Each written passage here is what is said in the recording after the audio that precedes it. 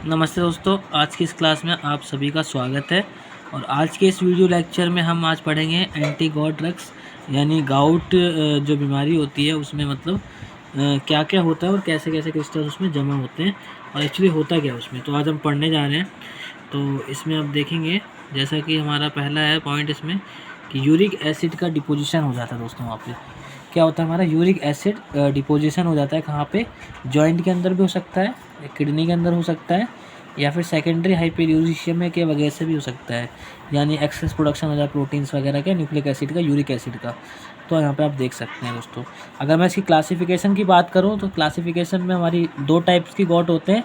एक होता है एक्यूट गाउट और एक होता है क्रोनिक गाउट। एक्यूट गाउट के लिए दोस्तों नसेड्स ड्रग ऑफ चॉइस रहती है। नसेड्स में इंडोमेथासिन वगैरह देते हैं दोस्तों स्टार्टिंग में।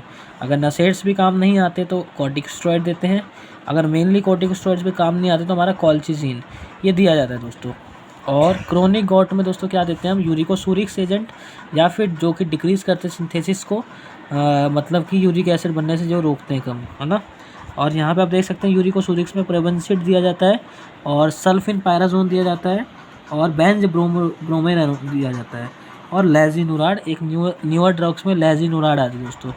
और अगर जो डिक्रीजिंग करते हैं सिंथेसिस को, उसमें आपके प्यूरिन आते हैं और नॉन प्यूरिन आते हैं दोस्तों। प्यूरिन में आपके एलोप्यूरिनॉल आता है और नॉन प्यूरिन में फेबिक्सोएट आता है दोस्तों, फेबिक्सोएट। आगे चलते हैं तो दोस्तों, हम आगे चलते हैं। फिर इसमें हम देखेंगे कि जो ड्रग होती है वो मेटाबॉलिज्म, यूरिक एसिड के मेटाबॉलिज्म को बढ़ा देगी।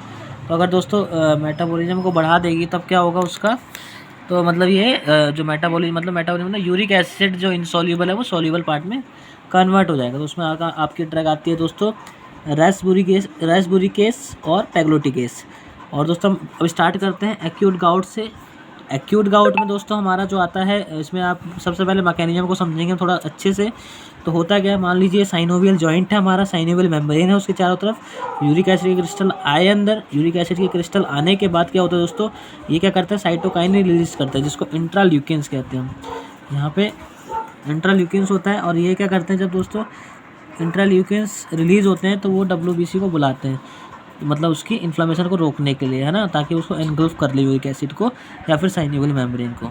और दोस्तों फिर क्या होता है, जब वो करते हैं तो GP ग्लाइकोप्रोटीन रिलीज़ होते हैं। जब ये मतलब साइटोकाइन रिलीज होते हैं तो ग्लाइकोप्रोटीन जो होते हैं उसके दो फंक्शन होते हैं मेनली। एक होता है हमारा लैक्टिक एसिडोसिस, है ना, और दूसरा होता है लाइसोसोमल इन्फ्लामेशन।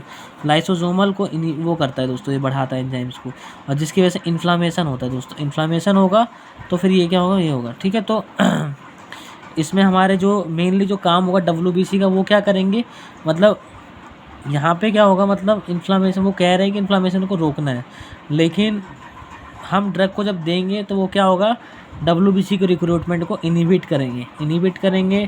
देखो दोस्तों, ये लाइसोसोम एंजाइम जो होता है ना, वो उसको उसकी वजह से इन्फ्लामेशन कॉज करता है। तो मेन हमें वही रोकना है दोस्तों, WBC के रिक्रूटमेंट को रोकना है हमें। तो आगे फर्दर चलते हैं दोस्तों। फर्दर एक बात याद रखिएगा कि एस्प्रिन को हम नसेड्स, मतलब जो एक्यूट गाउट है, नहीं दे सकते दोस्तों, क्योंकि हाइपर यूरेसीमिया कॉज करता है। पैरासीटामोल भी नहीं दे सकते क्योंकि वो पुअर एंटी इन्फ्लेमेटरी एक्शन होता है उसका। बात करते हैं कॉल्चिचिन, जो है हमारा, वो मोर इफेक्टिव ड्रग है दोस्तों। और इसका जो मैकेनिज्म एक्शन है, ये क्या होता है, ग्रेनुलोसाइट माइग्रेशन को इनहिबिट करता है दोस्तों। फ्लेम जॉइंट के अंदर ग्रेनुलोसाइट माइग्रेशन को इनहिबिट करता है। और लेकिन इसके साइड इफेक्ट होते हैं, डायरिया कॉज कर देगा, किडनी डैमेज कॉज कर देगा, मायोपैथी कॉज कर देगा, बोन मैरो डिप्रेशन कॉज कर देगा, मेटाफेज अरेस्ट भी कॉज करता है दोस्तों।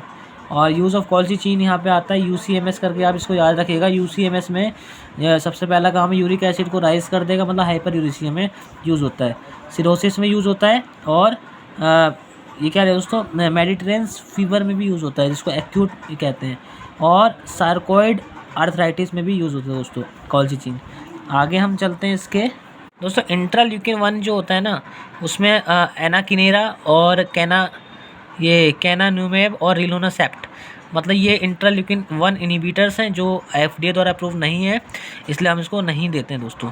अब एक्यूट गाउट की कहानी ख़त्म हो गई। यहाँ पे हम बात कर रहे हैं क्रोनिक गाउट की। क्रोनिक गाउट में क्या होता है, दो तरीके से, मतलब इसमें जैसे ड्रग डिक्रीजिंग सिंथेसिस, जो वो क्या है, ड्रग डिक्रीजिंग यूरिक एसिड को सिंथेसिस को रोक रही है, मतलब अगर हम यूरिक एसिड ही नहीं बनने दें तो क्या होगा, वो आगे प्रोसीड ही नहीं हो पाएगा। तो इसमें हम एलोपुरिनोल यूज़ करते हैं। देखो सबसे पहले हम ये समझते हैं कि यूरिक एसिड बनता है कैसे। दोस्तों हमारे जो ब्लड मतलब बॉडी में ब्लड है उसमें प्रोटीन या प्यूरिन से मिलके बना है, और जो मतलब ये जो प्रोटीन है वो इस पे जब ज़ैंथीन ऑक्सीडेज इनहिबिट आता है, एंजाइम काम करता है तो ये ज़ैंथीन बनाते हैं, और ज़ैंथीन फर्दर यूरिक एसिड में बदल जाते हैं। तो हमें क्या रोकना है, इसको रोकना है। ज़ैंथीन ऑक्सीडेज को रोक दे तो ज़ैंथाइन नहीं बनेगा, और ये नहीं बनेगा तो यूरिक एसिड नहीं बनेगा। तो एलोपिरिनोल हाइपोज़ैंथाइन एनालॉग होता है, सेम काम करता है, तो ये इनहिबिट करता है उसको। और दोस्तों फेबुक्सोड भी एक और ड्रग है जो नॉन प्यूरिन डेरिवेटिव है, जिसको हम देते हैं इसमें। और 6 मर्काप्टोप्यूरिन एज़ाथायोप्रिन जो मेटाबोलाइज होते हैं वो इस एंजाइम से, इसलिए हमेशा इसके साथ इसको नहीं दिया जाता है दोस्तों, है ना, क्योंकि ये डिक्रीज़ कर देता है उसके मेटाबॉलिज्म को। और एलोपुरिनोल जो है दोस्तों सोडियम स्टीबियोग्लूकोनेट के साथ दिया जाता है कालाजार की बीमारी में। कालाजार भी एक बीमारी है दोस्तों, आपको पता भी होगा। तो आगे चलते हैं। एक ड्रग है तो दोस्तों फेबुक्सेट, यहाँ से नाम याद रखिएगा। मतलब एक्सो से ज़ैंथाइन ऑक्सीडेज और स्टेट मतलब रोक देते हैं, स्टेटिक। अगला है ड्रग इंक्रीजिंग एक्सक्रीशन, जो एक्सक्रीशन को बढ़ा दें, है ना, बढ़ा दें। तो प्रोबेंसिड मतलब कि उसके रीएब्जॉर्प्शन को इनहिबिट कर ले। रीएब्जॉर्प्शन मतलब जो यूरिक एसिड है वो दोबारा जा ही नहीं पाएगा उसके अंदर, ब्लड के अंदर या फिर जॉइंट के अंदर, तो उसको जब बाहर निकालेंगे। ऐसे पेशेंटों को बोला जाता है कि पानी ज़्यादा पियो ताकि वो क्रिस्टल बनने के चांसेस कम हो और एक्सक्रीट हो जाए आसानी से। और इसमें हम प्रोबेंसिड, सल्फिनपायराजोन, बेंजब्रोमोपेराजोन, लेसिनुराड, ये नई न्यूअर ड्रग है जो देते हैं इसमें। और ये क्या करती है, मेटाबॉलिज्म को बढ़ा देती है।